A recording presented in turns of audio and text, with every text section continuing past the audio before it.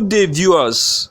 You are welcome to the Law TV, your number one fantastic reality TV that gives you all that it takes to be enlightened on trending news such as politics, entertainment, sports, and what have you. If you are new on this channel, kindly click on the subscribe button as well as the already subscribed. So please don't forget to drop your comments anytime I drop new videos. Thank you. Ciao, ciao. Trending news. What Obasanjo told me about third term, Atiku reveals. Former Vice President Atiku Abubakar can conveniently be regarded as the proverbial cat with 9 lives because the story of his life offers a lot of lessons, starting from a humble background to becoming the Vice President of the Federal Republic of Nigeria. Atiku was the only child of his parents. He neither had a brother nor sister. His father died when he was still in primary school, after he was imprisoned for not allowing his son to go back to school after he visited them.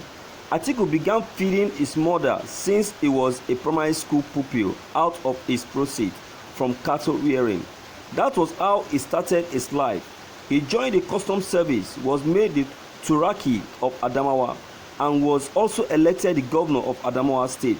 He could not, however, assume the mantle of leadership as governor because he was eventually chosen to be the running mate to Olusegun Obasanjo in the 1999 election.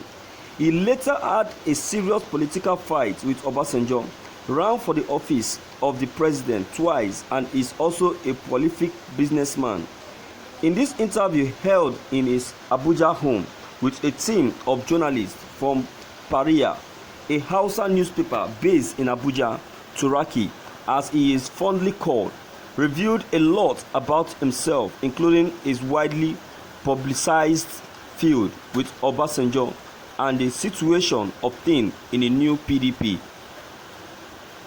Let me first begin by welcoming you all, and secondly, since this is the first time we are sitting together, let me use this opportunity to commend you for setting up Barrier Hausa newspaper, which will enable a lot of our people, especially in the north, to know what is going on in the land and our relationship with the outside world. We commend you very well and pray that God Almighty grants you success. I know about media business very well. It is not a business in which you even make even, not to talk of making profit. So only God can reward those of you that have decided to put in your time and resources in the venture. May God reward you abundantly. My history is well known by most people, but briefly speaking, I am from Adamawa State. I was born in Jada, about 66, proceeded to Yola Province College. From there, I went to the school for hygiene Kano, and then finally the Ahmadu Bello University Zaria, where I studied law. I then joined the custom in 1969. I held several positions in the custom. In fact, at a point, I was the youngest custom controller for the Southwest, including Ibadan and Kwara. I gained lots of promotion within a short space of time until I attained the highest rank. I left the custom service on 20th April 1989. From there, I ventured into business, where I later on met with General Shehu Musa Yar'Adua, and we went into politics and set up a political organization known as the PFMM, with a view to getting registration as a political party. But as you all know, no political party or organization was registered at the time. Instead, 2 parties, newly SDP and NRC, were registered. Those of us with General Yar'Adua joined the SDP. We struggled very well in the party, where I had wanted to become the governor of Gongola State then. I won the election, but the government of Babangida cancelled the election. 9 of us were eventually banned from participating in the subsequent election. We did not stop politicking up till the time Babangida left power. Our first major political battle with the late General Yar'Adua was fighting the military to leave power and restore democracy to Nigeria. That was the reason we were in politics. We did not get into politics to get into positions of power. Honestly, we really suffered in the course of the struggle. Late Yar'Adua once called us together and informed us that what you are doing is not a minor thing. It may take us up to 10, 30 or 40 years without success. So any of us that was in hurry was advised to stay aside. Incidentally, we succeeded in sending the military away, but God did not allow him to see democracy take root in the land. After that came the government of General Abacha. He invited our organization to join his government. I remembered we met with them at Ikoyi in Lagos at the time.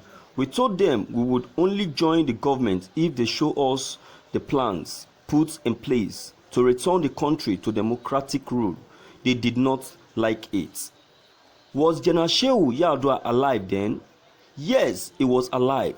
That was why no one from our organization joined the government. He subsequently said there would be a constitutional conference for Nigeria. We also met over that and debated whether to join or stay away. We eventually resolved to participate because we can use that to force him out of power. About 70% of members of the conference, which held here in Abuja, were our people.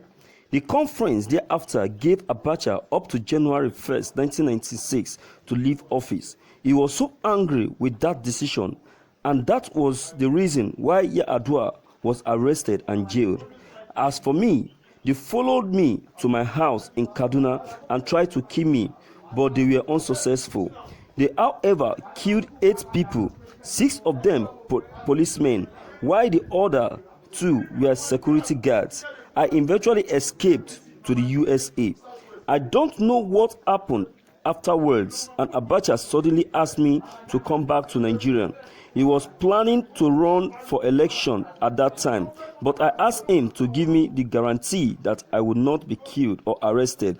When I returned, I went to see him and he asked me to work for him because he said he understood I had acceptance in both the north and southern parts of the country. He therefore wanted me to help him campaign to win election. I told him that I needed to go back to my state and consult with my people. He then asked me what I wanted, minister or governor, but I insisted that I needed to go and consult with my supporters.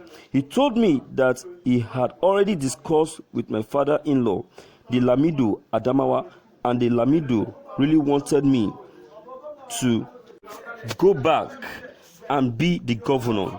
But I told him that there was no way for me to go and become the governor because primaries had already been held and they have even started campaigning.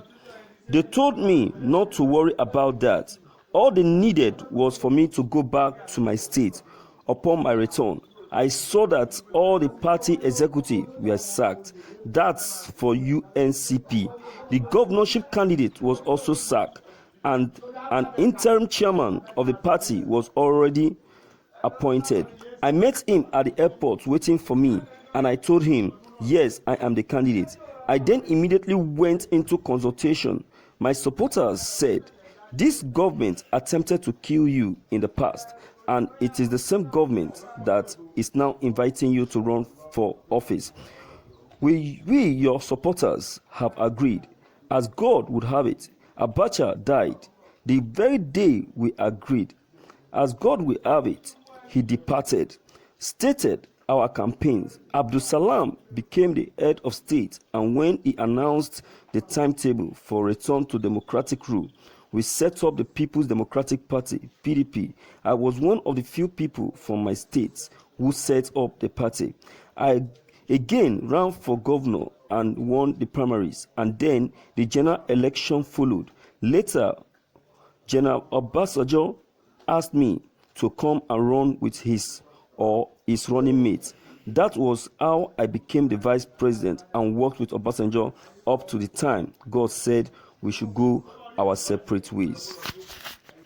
After that, sometime in the past, I was forcefully kicked out of the PDP and we went to set up the AC. After that, I went back to the PDP before we are now engaged in fresh controversy of the new and the old PDP. What is going on now?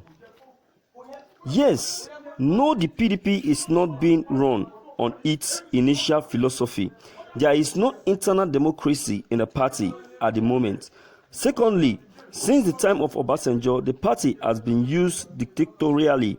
No rules, no truth, no righteousness. What we have now is just selfishness. That is the situation we are in now. The truth is, I was an only child. I had no sibling. My father died even before I completed primary school, and I was raised by my mother. And you know, women were not engaged in any serious commercial venture at the time. I was therefore responsible for fending for her at a very young age. How old were you? I was around 9 or 10 years then. We had a very wealthy neighbor at that time. I take his cattle for grazing. When I returned from school, he then used to pay me with either wheat or something, and that was what I would take to my mother and grandmother for them to cook for us. We sometimes eat twice or once a day. This started even before I controlled into school. At the time, they used to go around and pick children and enroll them for force.